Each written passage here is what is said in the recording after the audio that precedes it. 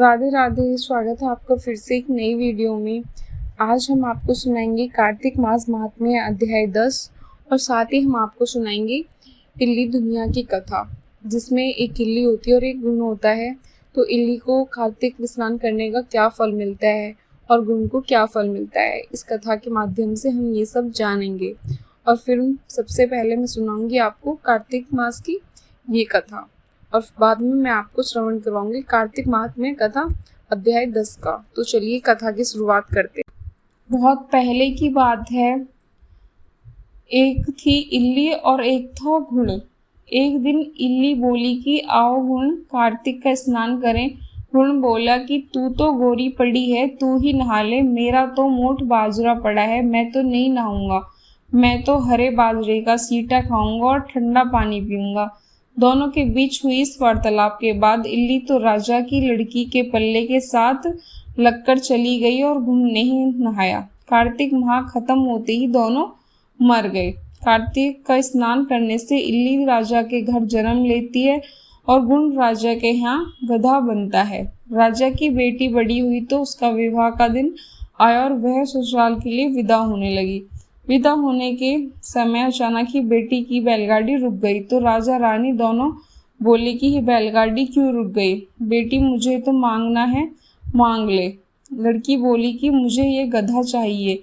ये सुन राजा रानी बोले, ये क्या मांगा है, कुछ तो मांग ले, ये भी कोई मांगने की चीज है। लड़की अपनी बात पर अड़ गई और बोली कि मुझे तो ये गधा ही चाहिए। लड़की की बात सुन गधा फुदक फुदक कर भागने लगा और लड़की के साथ वह पेट चला गया। महल जाकर लड़की ने उसे नीचे ही सीढ़ियों से बांध दिया।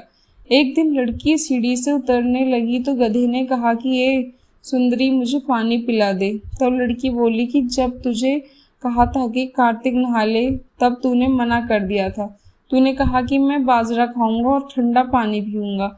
लड़की और गधे की वार्तालाप उसकी देवरानी जेठानी सुन रही थी। वे दोनों अपने देवर के पास गई और बोली, ये तुम किस जादूगरनी को ब्याह कर ले आए हो, ये तो कोई जानवर से बात कर रही है।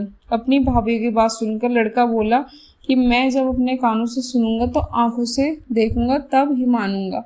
अगले दिन वह सीढ़ी पर छिपकर बैठ गया। उसकी पत्नी आई और गधे से फिर से वही बात कही, जिस पर रानी ने भी वही जवाब दिया। ये सब देखकर राजकुमार तलवार निकालकर सामने आया और बोला कि तुम जानवर से कैसे बात कर सकती हो, बताओ कि तुम कौन हो। उसकी पत्नी ने उससे बहुत कहा कि औरत का भेद नहीं खोलना चाहिए, लेकिन वह अड़ा रहा, नहीं, मैं तो सब जानकर ही रहूंगा। राजकुमार की जिद के आगे उसकी पत्नी हार गई और उसने पिछले जन्म की सारी बातें उसे बता दी। वह इल्ली थी और यह गधा गुण था।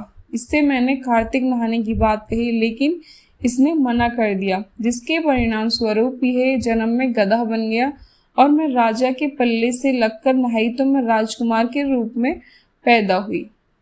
इसलिए तो पिछले जन्म की बात कह रही थी।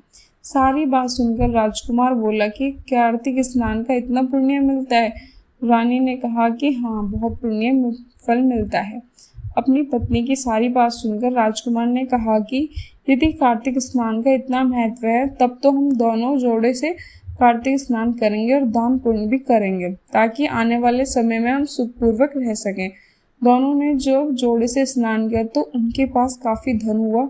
इस कहानी के बाद सभी को कहना चाहिए कि कार्तिक महाराज, जैसे आपने इल्ली को फल दिया है वैसे ही सबको देना, लेकिन गुण जैसा फल किसी को ना देना। चलिए शुरुआत करते हैं कार्तिक मास महात्म्य कथा अध्याय 10वें की। राजा पृथु बोले, हे ऋषि श्रेष्ठ नारद जी, आपको प्रणाम है। कृपया आप ये बताने की कृपा कीजिए कि जब भगवान शंकर ने अपने मस्तक के तेज को श्रेष्ठ में सागर में डाला तो उस समय क्या हुआ। नारद जी बोले, हे राजन, जब शंकर भगवान ने अपना वह तेज श्रेष्ठ सागर में डाल दिया तो उस समय वह शीघ्र ही बालक होकर सागर के संगम पर बैठकर संसार को बह देने वाला रुदन करने लगा। उसके रुदन से संपूर्ण जगत व्याकुल हो उठा, लोकपाल भी व्याकुल हो गए, चराचर जलमग्न हो गए। शंकर सुवन के रुदन से संपूर्ण ब्राह्मण व्याकुल हो गया। यह देखकर सभी देवता और ऋषि मुनि व्याकुल होकर ब्रह्मा जी की शरण में गए और उन्हें प्रणाम कर उनकी स्तुति करने लगे। उन सभी ने ब्रह्मा जी से कहा, हे पितामह, ये तो बहुत ही विकट परिस्थिति उत्पन्न हो गई है। हे महायोगिन, इसको नष्ट कीजिए। देवताओं के मुख से इस प्रकार सुनकर ब्रह्मा जी सत्यलोक से उतरकर उस बालक को देखने के लिए सागर तट पर आए। सागर ने ब्रह्मा जी को आता देखकर उन्हें प्रणाम किया और बालक को उठाकर उनकी गोद में दे दिया। आश्चर्यचकित होते हुए ब्रह्मा जी ने पूछा, हे सागर, ये बालक किसका है? शीघ्रतापूर्वक कहो। सागर विनम्रपूर्वक बोला, प्रभु, ये तो मुझे ज्ञात नहीं, परंतु मैं इतना अवश्य जानता हूँ कि गंगा सागर के संगम पर प्रकट हुआ है। इसलिए जगत गुरु, आप इस बालक का जात कर्म आदि संस्कार करके इसका जातक फल बताइए। नारद जी राजा पृथ्वी से बोले, सागर ब्रह्मा जी के गले में हाथ डालकर बार बार उनका आकर्षण कर रहा था। फिर तो उन्होंने ब्रह्मा जी का गला इतनी जोर से पकड़ा कि उससे पीड़ित होकर ब्रह्मा जी की आंखों से आंसू टपकने लगे। ब्रह्मा जी ने अपने दोनों हाथ जोड़कर लगा किसी प्रकार सागर से अपना गला छुटवाया और सागर से कहा, हे सागर, सुनो, तुम्हारे इस पुत्र का जातक फल कहता हूँ। मेरे नेत्रों से जो ये जल निकला है, इस कारण इनका नाम जलंधर होगा। उत्पन्न होते ही तरुणावस्था को प्राप्त हो गया, इसलिए ये सब शास्त्रों का पराक्रमी, महाप्रकार में महावीर, बलशाली, महायोद्धा और रण में विजय प्राप्त करने वाला होगा। ये बालक सभी देवताओं का आदित्य होगा। ये किसी से भी पराजित न होने वाला तथा भगवान विष्णु को भी जीतने वाला होगा। भगवान शंकर को छोड़कर ये सबसे अवैध होगा। जहाँ से इसकी उत्पत्ति हुई है, ये वहीं जाएगा। इसकी पत्नी बड़ी पतिव्रता, सौभाग्यशाली, सर्व सुंदरी, परम मनोहर, मधुर वाणी बोलने वाली तथा शीलवान होगी। सागर से इस प्रकार कहकर ब्रह्मा जी ने शुक्राचार्य को बुलवाया और उनके हाथों से बालक का राज्याभिषेक करवाया। स्वयं अंतर्ध्यान हो गए। बालक को देखकर सागर की प्रसन्नता की सीमा न रही। वह हर्षित मन से घर आ गया। फिर सागर में उस बालक का लालन पालन कर उसे पुष्ट किया। फिर कालनेमी नामक असुर को बुलाकर वृंदा नामक कन्या से विधि पूर्वक उसका विवाह करा दिया। उस विवाह में बहुत बड़ा उत्साह हुआ। श्री शुक्राचार्य के प्रभाव से पत्नी सही जलंधर दैत्यों का राजा हो गया।